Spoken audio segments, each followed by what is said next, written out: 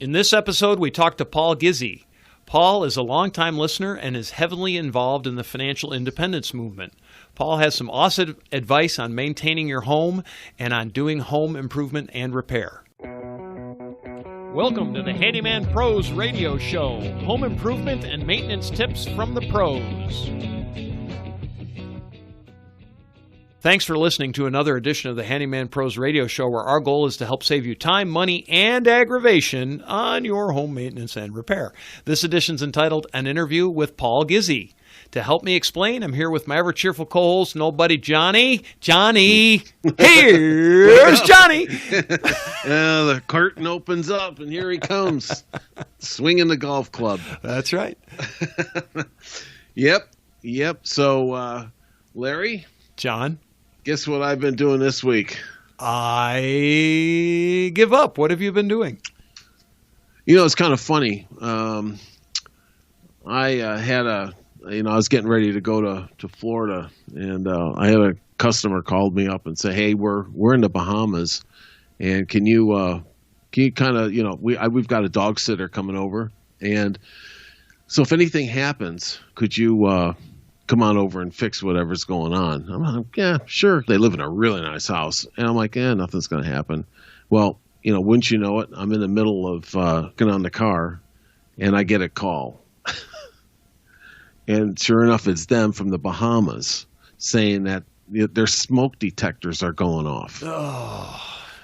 And it was the chirping noise, and nobody knows, it, and it's driving their dogs nuts and everything. So, so here I am. I got to get out of my routine, what I'm doing on the Saturday. I go over to their house. I'm happy to do it. And I had to replace all the batteries in these smoke detectors. And it was just, I couldn't even tell which smoke detector, the way the house is made with the hardwood floors and the big, huge high ceilings. Yep. One of these things chirps and it's echoing through there like the Grand Cathedral or something. It's like, where's this coming from, But that's just kind of a tip, folks, right there. If you go on vacation and you haven't thought about your smoke detectors and the batteries, you might want to try to remember that little tip right there. Yeah, that's a little home maintenance tip. And actually, John, that's a beautiful segue. We talked to Paul about DIY, doing DIY stuff and about some of those kind of maintenance items that he does on a regular basis, along with some big projects. So, boy, that really lends itself in well. So anyway, we had a great conversation, and here it is. We're here with Paul Gizzi. Paul, welcome. Hey, glad to be here. Thank you very much for having me. And Paul, I want to say thank you for being here and making time to be on the show. Awesome.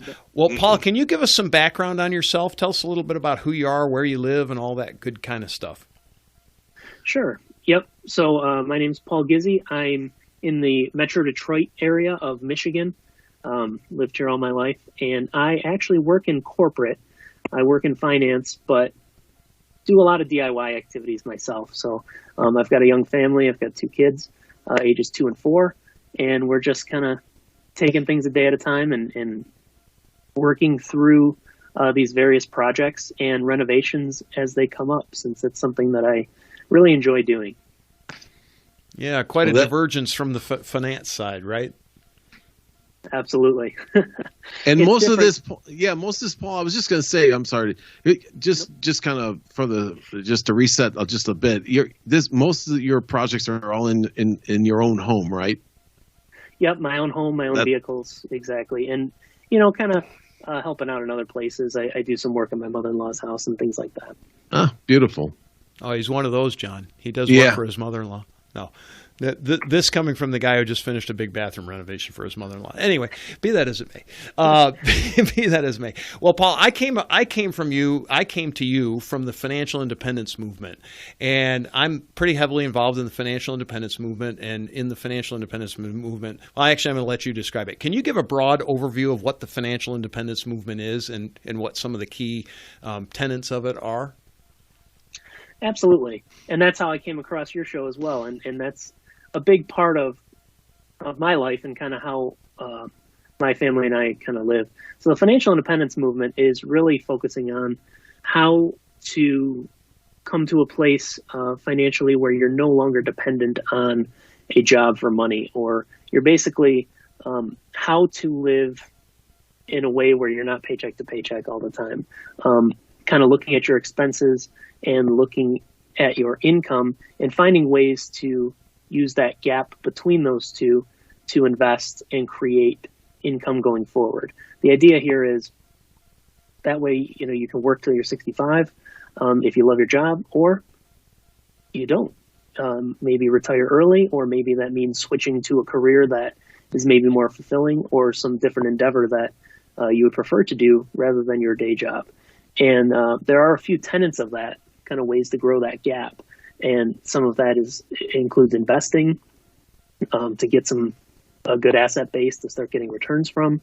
Could be rental property investing or stock market investing. Could be owning your own business where you can kind of have the autonomy and control to do things in a way that you'd like to do them versus reporting to somebody else. And just kind of looking at life as more of a time, chasing time versus chasing money. Yeah, and it also identifies the three major expenses. It's a lot about being frugal. Would you agree with that? Sure. Yep. And frugality does not mean cheap, by the way. I mean, I always like to point this out. We are frugal, but we are not cheap, or at least in our household. And we don't mind spending money provided we get value out of that. And in that endeavor, in the financial independence movement, the three biggest expenses are what, Paul? Housing, transportation, and food, generally in that order. Generally in that order. So housing is number one. And so one of the things that we wanted to discuss with you, partially about the financial independence movement, but also I know you're an avid DIYer because we trade a lot of stuff back and forth, and you're really active in our groups, and I try to be pretty active in your group as well. But is it a good way to potentially cut some of your expenses on your housing if you do some DIY projects yourself? Absolutely, it is. Yeah, and that's part of where we try to make this tie-in is that there's a lot of these things that and John and I talk about a lot of this stuff through all of our shows. We give tips and tricks on things you can do today that'll help save you time, money, and aggravation, right? And all of these kinds of things. And so that's where when I just wanted to have some. You've been listening to us for how long? I mean, it's been a while. It's been really quite a while, right? Yeah, it's been a good couple of years now. Yeah. So almost from the beginning. So we were. Would you say that you're a better man for it now? Oh, so much better. Let me tell you. Yeah, corny jokes and all, right? Well, the corny jokes are a good part of it. So describe some of your. We want to get into some of the DIY things that you're doing. So we had talked a little before the show. You talked about a bathroom, but tell us. I want to jump to the other things that you talked about, like just sinks and a sump pump. And what do you do on a weekly basis as far as kind of maintaining your home that are DIY projects that you do?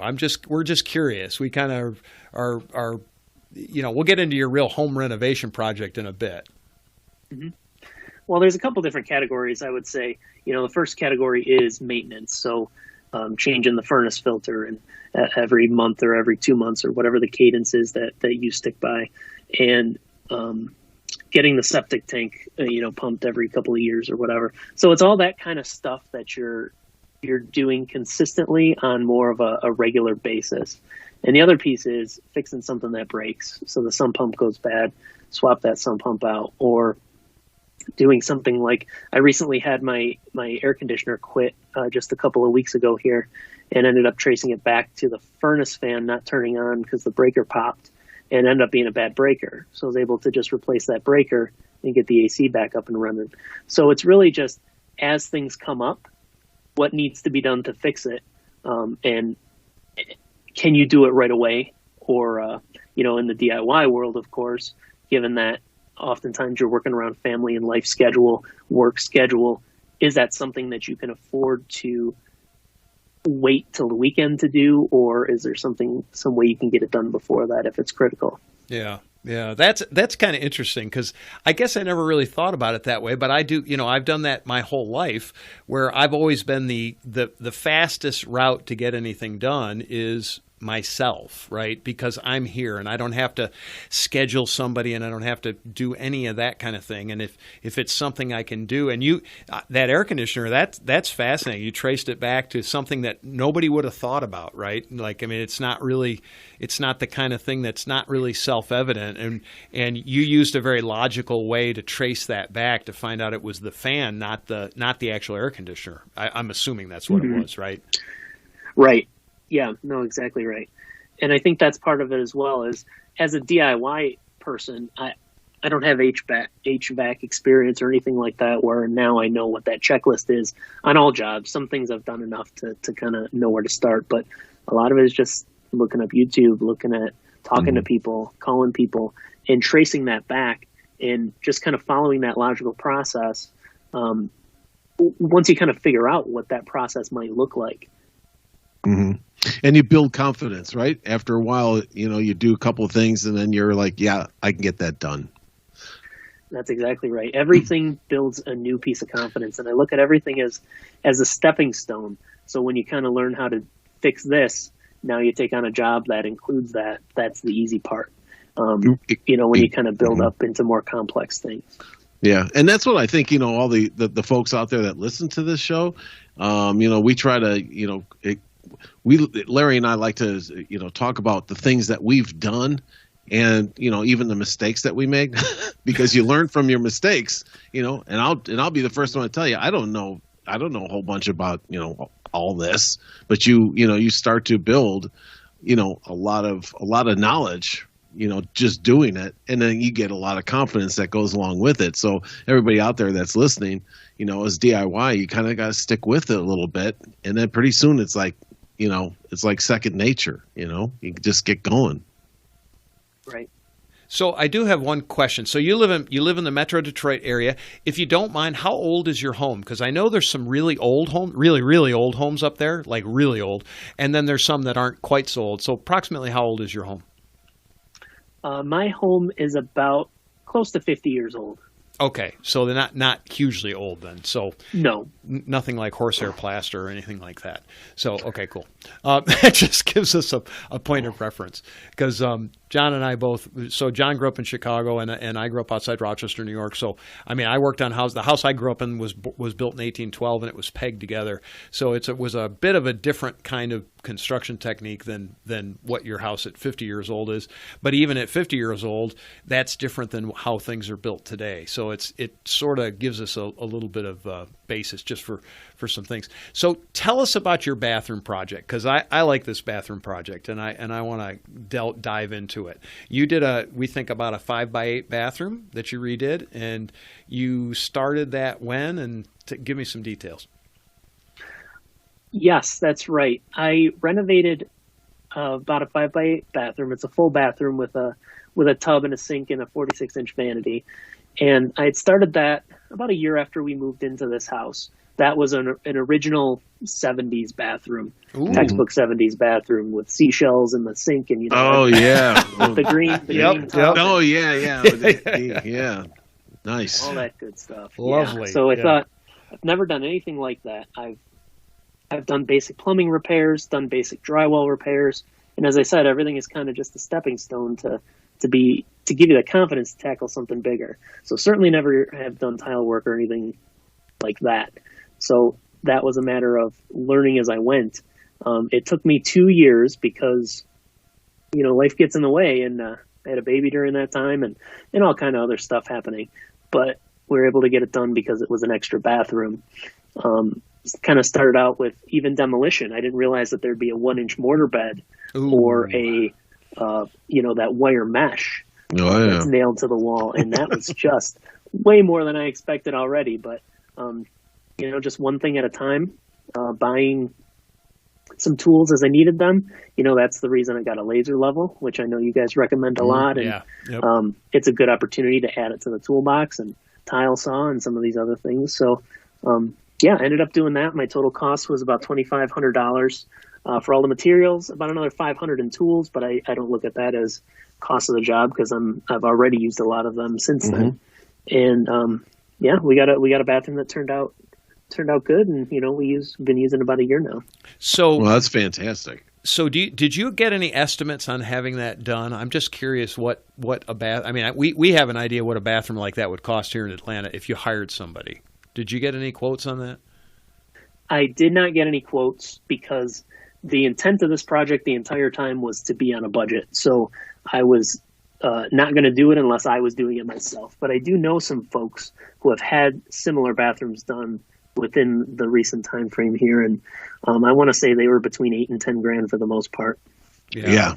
I was going to say that's easy. That's easy. Yeah. Yeah, that's. I was going to say anywhere from probably $8,000 to $15,000. A lot of that depends on what materials you put in and that kind of thing. But still, it's going to be. So you saved yourself quite a lot of money. Do you have an idea of what I know you said it took you 2 years, but did you keep track of your hour, like kind of a rough hourly that it took you? Because I know you were probably doing it weekends and nights and whatever, but so you weren't straight at it all the time. But do you have an idea of how many hours approximately you put into it? Oh boy, honestly, I don't. But I think, let me just say, it's my first bathroom. I put in way too many hours. There were some things that I learned because we talk about lessons learned and mistakes. Mm-hmm. I definitely learned some lessons. You know, one of my lessons was when I tiled the floor, I didn't scrape off the excess mortar that kind of pressed up in my gaps. So I ended up, and then it happened to be the next day after I tiled that room that we went to the hospital and my wife went into labor. So I ended up having to come back a couple weeks later and chisel all that cement off in between. So that's a big thing that I learned. I had a similar thing when I grouted because I didn't get it all off the tiles the first time. The other thing that kind of added hours is I actually bought a used vanity that I found on Craigslist, somebody local, and I refinished it. So it had a nice granite countertop and sink.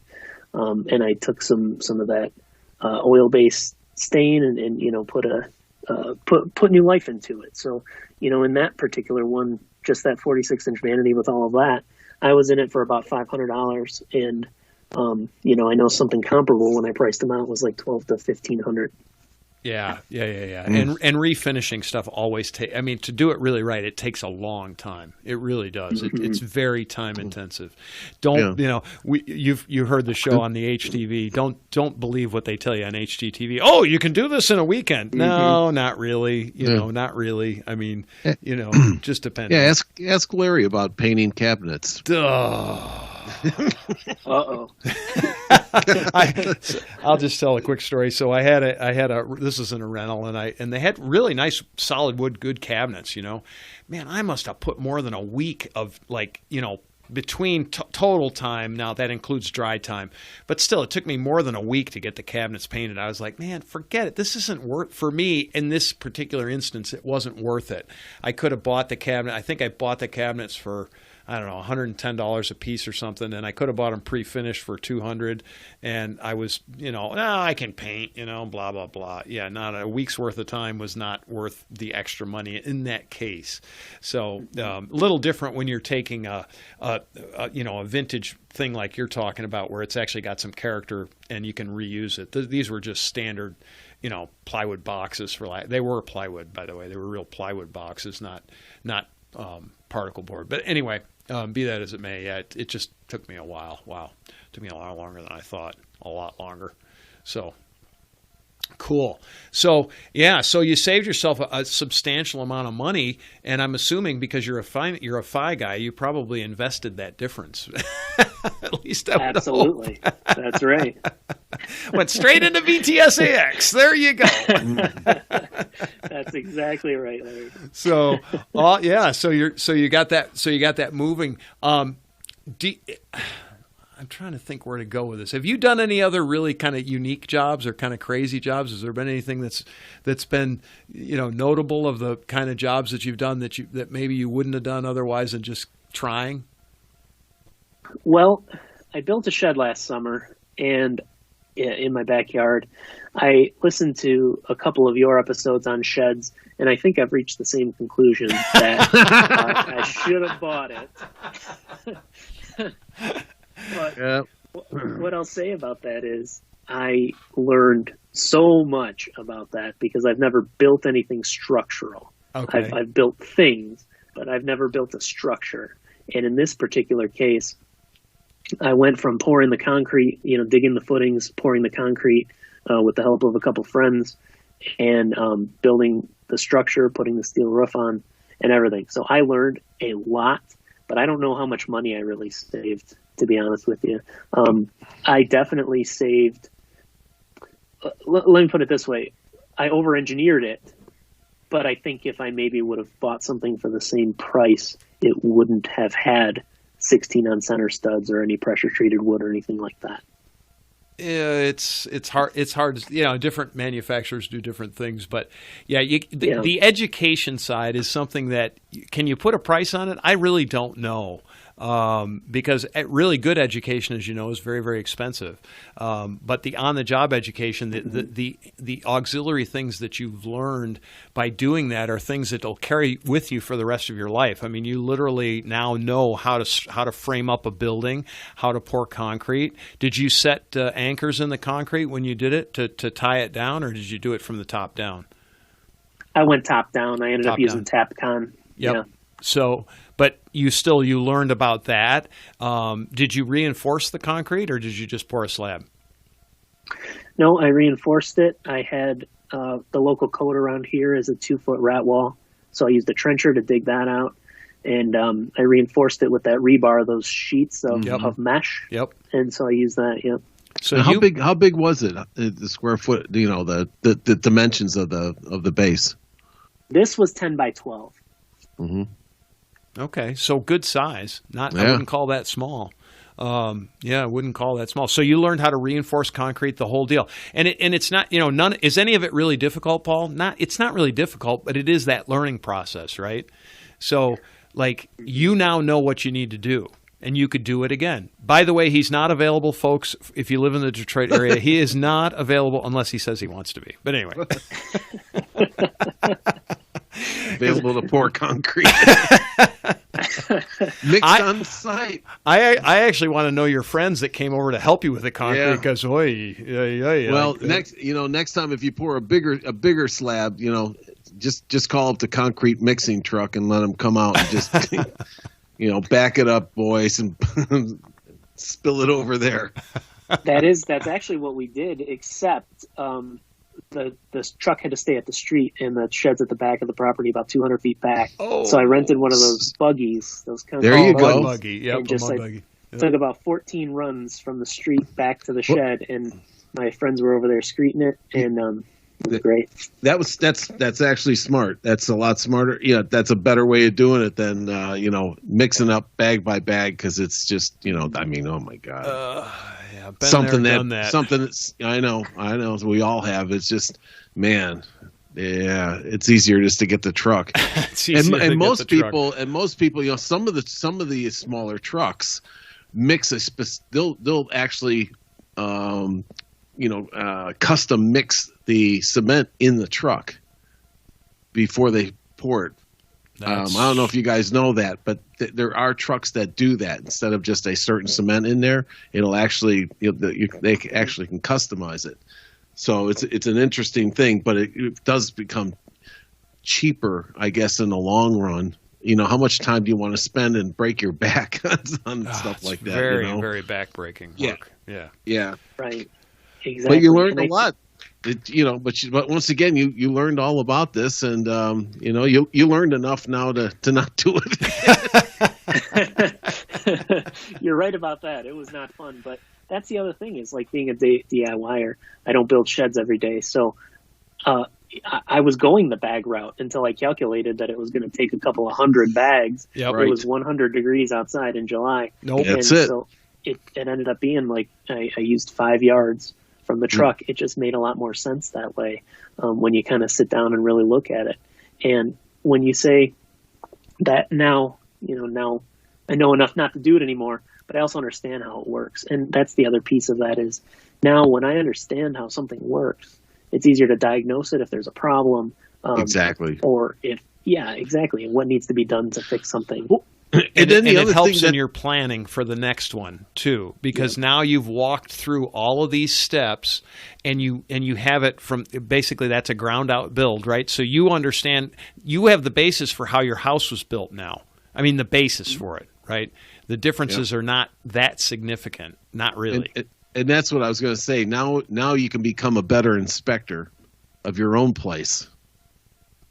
Now that you know how everything goes together. So, that's great. Yeah, I kind of have to laugh. You're definitely in the FI groups. How can I tell? Well, I sat down and calculated out the number of bags, and I figured out exactly. Folks, man. One of the things you got to do that for anybody that's listening. Because you're going to get yourself into and that is some heavy stuff. And I just kind of laugh because in all the FI groups, in the FI groups, we like to think, at least I know, we call it being very deliberate, right, Paul? So we're very deliberate. So before we do anything, we've run the numbers, we've run the square footage, we're looking at the time. And John and I, we talk a lot about planning on this show, as you know. And planning is really, as they say, 10 minutes of planning is worth an hour's worth of time. And I think you found that to be the case. You definitely you found, I think just in this concrete example, you found out it was going to be a whole lot better to just have the truck come than get a mixer and mix 200 and 250 bags worth of concrete. Pains me to think about it. Having done it, That's exactly right. So awesome. What's the next project? Oh, there's a couple things going on, I think, in the future. This year, I think after I built that shed, I finished it just after Thanksgiving last year. The weather was still good enough at that time to be able to paint it, so that was good. That doesn't happen much up here in Michigan. But once that kind of wrapped up, I had put so much time into that, I had neglected everything else for a while. So what I've been doing this past year is I've been catching up on my lawn, trying to do more fertilizing and aeration and stuff like that. I've been catching up on my cars. One of my things is I grew up, my dad is a mechanic, so I've always worked on cars with him growing up, and so I work on my own cars now. And we've got two vehicles that are both 2010s coming up on 100,000 miles.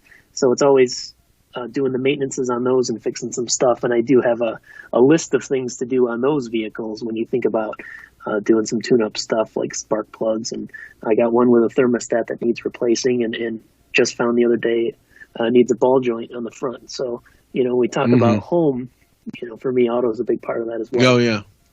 Oh, yeah. John and I are both car guys. We just haven't talked much about it on the show just because it's kind of it's sort of its own thing, and I've done ball joints, I can tell you. Yeah, we'll probably get to that at some point on this show and talk about cars.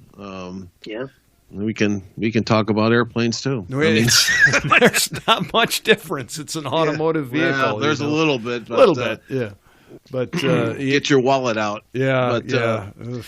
But that's great.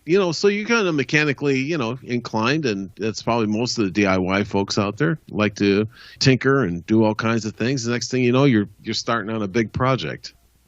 Right. Yep. Well, Paul, do you have any questions for John and I? Is there anything we can help you with right now? Is there anything that's sitting in the back of your mind that you've always wanted to ask us? Because now's the time. It's your chance to throw us under the bus. Yeah. I'm not mixing cement. Oh, so, okay. I was going to see if you'd come over this weekend and pour me a slab. All right. I guess that's out. Build another deck on the back. Really, what I really enjoy about your show as well is kind of things from the handyman perspective, because for me, money savings is a big part of DIY. Learning new skills is a big part of DIY, but I get so much satisfaction out of it. And when I think about at work in kind of a corporate environment, making spreadsheets and doing some different things, I enjoy my job, but I really enjoy looking at the shed in my backyard, and thinking that being satisfied with that job and having a sense of tangible completion of something. So that's what I really like. And I guess I just wanted to get from both of your perspectives, because I know you've both had a variety of careers. How did you get to the handyman business, and And, are you enjoying it more than maybe some of the other avenues you've been a part of before? So I'm going to take this one because I take it first and John takes it second, and there's actually a reason why that it's this way. So as you know, Paul, and everybody and our listeners all know, I have rental properties, and I've done a series of different careers, as you say. I've been kind of all over the place and done a lot of things. The one constant in my life for since about 1995 has been the rental property business. And my whole life, I've always done repairs. My dad was one of those guys who said, this is broken, go fix it. And not in a negative way. He had his own business, and so he was gone a lot. And when I was a teenager, I was expected, my brother and I both were expected to help out and fix stuff, and we grew up on a farm, and there was just, there was this, that, and the next thing. And that's where we learned about automotive and all that kind of stuff too, because that was in the late 70s, early 80s, and you still did a lot of things yourself. It was my dad was very much against kind of trying to call somebody. If we called somebody, the only people we ever called regularly were the septic pumping business. So I hope you don't pump your own septic tanks, because that's kind of interesting to do. But anyway, be that as it may. Then when I got the rental properties, I got into the rental business. Well, I was at the end of my rope in one of my jobs, and let me rephrase that. I was really at the end of my ropes. My wife just said to me, she said, "Why don't you just go into the handyman business?" And I really never thought there was enough money to get in the handyman business. But I put my thinking cap on. I spent about 3 or 4 days, and I went through and I did a basic business plan. And when I say that, I mean it was really basic. I didn't need any cash to get started or anything, and I had tools that I'd accumulated through all the years. And I finally said, you know what? I've got nothing to lose here to try this. So that's how I started off in the handyman business. And then what happened was, my good friend John is going to take it over from here, but he called me. So take it from there, John. Well, for me, Paul, I've always been doing, this kind of stuff anyways. It was just not doing it as a, to make money at it. So, I just like like your father was a mechanic. I was trained as an aircraft mechanic. I apprenticed under a master auto mechanic. I went to school to be an aircraft mechanic. And I worked for one of the major airlines for 10 years. And then I got into software sales, and I sold to ERP and supply chain software for 33 years, and that story. And now I just got at the end of my career. I said enough's enough. My last job was doing working with CNC machines and robotics, and I said, enough's enough, and the whole thing just kind of culminated, and I'm kind of back to working with my hands again. So, to your comment about the satisfaction of looking at the shed and saying, hey, you know what, I did that. I actually built that thing from the ground up, the whole thing, and you look at it and you're like, wow, and there is a difference. There is a difference when I was working in the airlines, it was, I created something all the time. I was fixing something, new hydraulic cylinders, new brakes on 727s. It didn't matter, but you're always doing something, right? And you could kind of look at that, and that was like at the end of the day, boom, that thing was there. In the corporate world, especially in I'm sure you're the same way, but in for sales, it's like, hey, when you get the sale, you're kind of done, like, wow, okay, that was great. But usually you leave the office and you're like, you don't really see an accomplishment, if that makes sense. You kind of have to psych yourself into, today was an accomplishment, but it's tough to put your hands on it. It's kind of an intangible a lot of times. So, you look at your spreadsheets and your financial stuff that you do and all that, and you're like, so that was, so then to your other question, you find it satisfying. Yeah, I do. I do. Luckily right now I'm retired. So, I do this on the side, and it's really fulfilling to be able to do that. So, I hope that answers. I want to add one thing. You really do own your projects, and especially if you're doing them for yourself. It's like for you, Paul, you're looking out that window every day. You're going, I did that. And that project, whether you believe this or not, could outlast you, especially if you over-engineered it well enough, which it sounds like you did. If you've over-engineered something in particular, it can outlast you. That shed might be there for 100 years. You don't know at this point. It could be there longer, theoretically. But it really does. It really is a sense of ownership. It's like, and it's a sense of pride. I mean, it's like, well, I did that. I did this. I redid that bathroom. I use that bathroom every day. We redid that. It's really, to me, that's very satisfying. It's incredibly satisfying. So, hopefully that kind of answers that. It did. Thank you. And you're right. That sense of satisfaction from doing an intangible job to a tangible job and working with your hands is completely different. It is. That's just the feeling that I keep chasing. And it almost sounds like, Larry, your story almost sounds like you kind of started from a DIY type of background, where you stepped into it professionally. So it seems like that's a step that can be made if you just work on these skills enough. Yeah, it actually is really, the handyman business, if you have a certain set of skills, is really a great side hustle if you want to do it. I just be careful with it, because if you do really good work from a side hustle standpoint, you'll start getting so much work that you won't have time for anything else. So you kind of have to be careful with that. But it's definitely doable as a side hustle because, Paul, even just in our quick conversation, I mean, you have a set of skills that very few people have, right? You don't know that, but John and I know that because we see it every day. Your skills already, you've taken a building out of the ground. I know I know a lot of people, but that's after being in this business for years. I know a lot of people that have those skills, but the general population does not have that set of skills. It's very, very lost on them. And then there's like any kind of electric and plumbing that scares people. They get scared to death by it. So you have a really unique set of skills. You just don't know it. So I'm not telling you to be a handyman, but I'm telling you that in your future, if you ever wanted to get out of, if you get to the point where you're FI, it's a possibility for you. It's really a possibility for you. It's not a bad gig. John loves it because he gets to take Fridays off every Friday and more. So, it's not a bad gig for a side hustle kind of thing. Yeah, I'm not working tomorrow, I am. That's what I say. So, yeah, so very cool. So that's too bad, Larry. It's this. I'm finishing that wood rot job. Anyway, be that as it may. Well, Paul, is there anything else? We'd love to have you back on the show sometime to update some of the projects. Do you want people to be able to get a hold of you or not? I'm going to leave it up to you.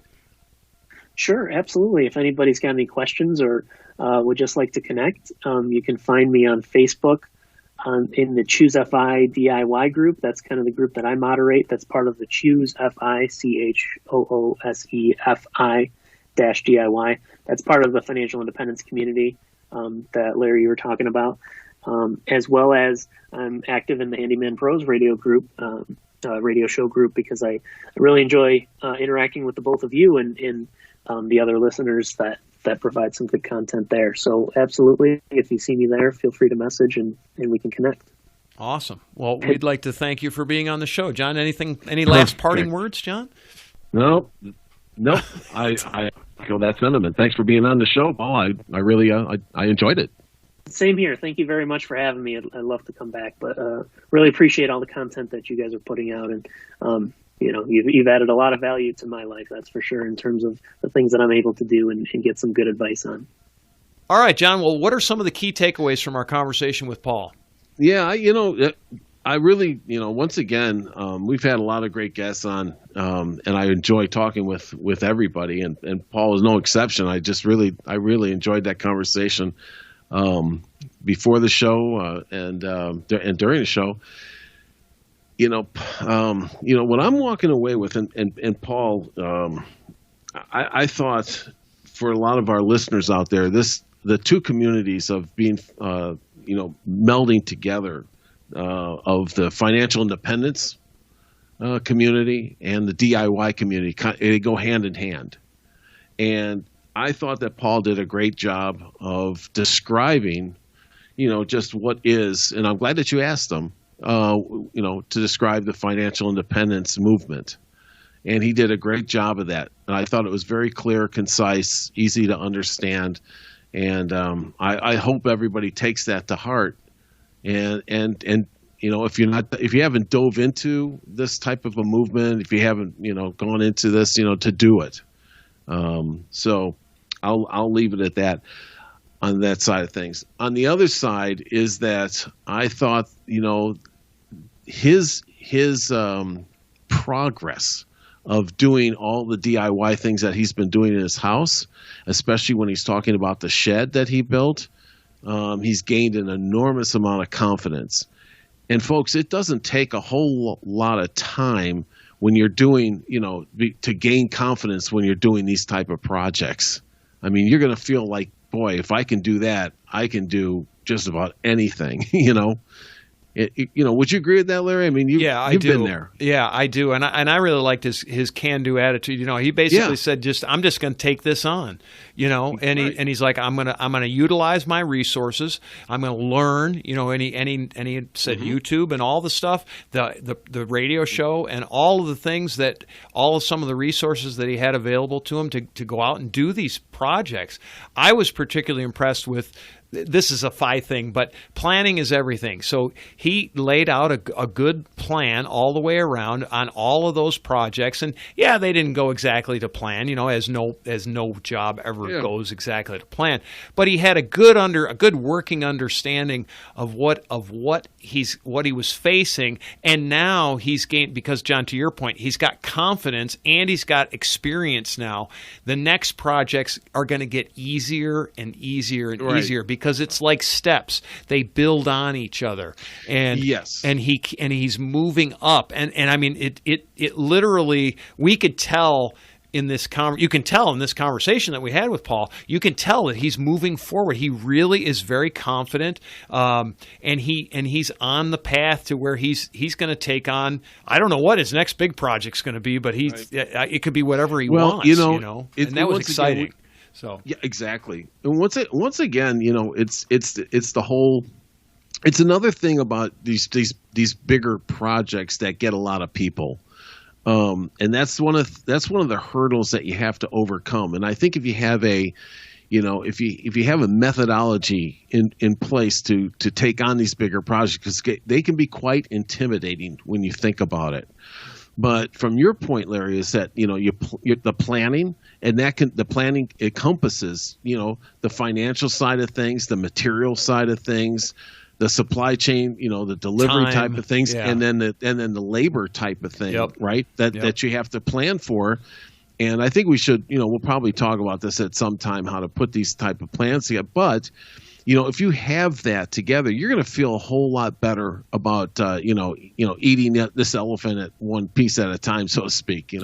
It's these big projects, but where do you start? When I was building cars or rebuilding cars and taking things apart, when I was younger, it's like you just dove in, but you just did it. You started somewhere. Well, you look at that and you say, well, I got to start to take the engine out of this car. Where do I go? Well, there's that bolt there that has to come out. Then that one, then that one, and all this kind of stuff. And it's the same way about building out, his bathroom, building the shed. It's just one, you got to have it. But if you have this whole thing in your mind, or better yet, down on paper of this project, to something you can follow and something you can check off, it gives you, the confidence that you're moving through this project. And you don't want to get lost in that project. So I give him a lot of kudos to dive in and get these things done. And by the way, it was great to hear him say that that he built out that bathroom for X amount of dollars. It was $2,500. I mean, that's a steal, folks. That's a steal. Yeah. Oh, it really is. You don't charge your own self for your own time. No. But so he did it. But you can doing it yourself, DIY stuff, man, you're saving a lot of money. So anyways, it was nice talking with Paul, and kudos for doing all that. Yeah, really appreciate it. So the other day, the spaceship was once again abducting me, as it often does. They whipped out this spreadsheet for every single place. It was just a spreadsheet. It was okay, Larry. And they looked at me. They looked at me, and they looked at their checklist, and they threw me back out on the ground because they said they've checked everything. So my question is, when am I getting payback, Johnny? When am I taking their ship apart and not letting them get off the ground? What do you think, huh? I don't know. Did you enjoy it? And with that, folks, we'll see you next week on the Handyman Pros Radio.